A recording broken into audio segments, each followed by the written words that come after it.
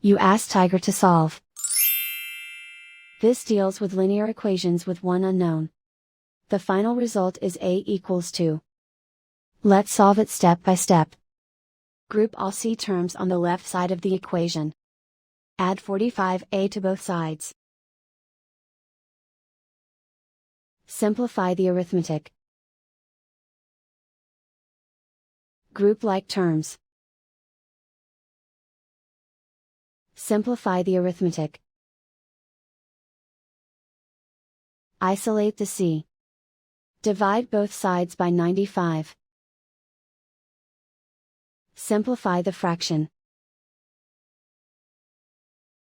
Find the greatest common factor of the numerator and denominator. Factor out and cancel the greatest common factor. And so the final result is A equals 2.